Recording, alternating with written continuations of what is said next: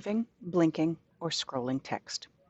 In order for a website to be considered accessible, an end user visiting or utilizing this service should be able to control an autoplay feature that involves moving, blinking, or scrolling text.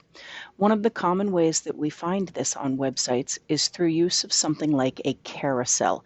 This is a slideshow that autoplays when the user enters this page, and in order for it to be accessible, they should have control over the speed or the ability to stop the autoplay feature entirely.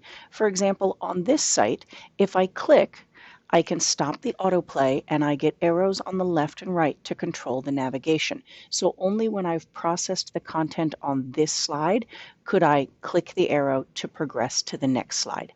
This would qualify for accessibility.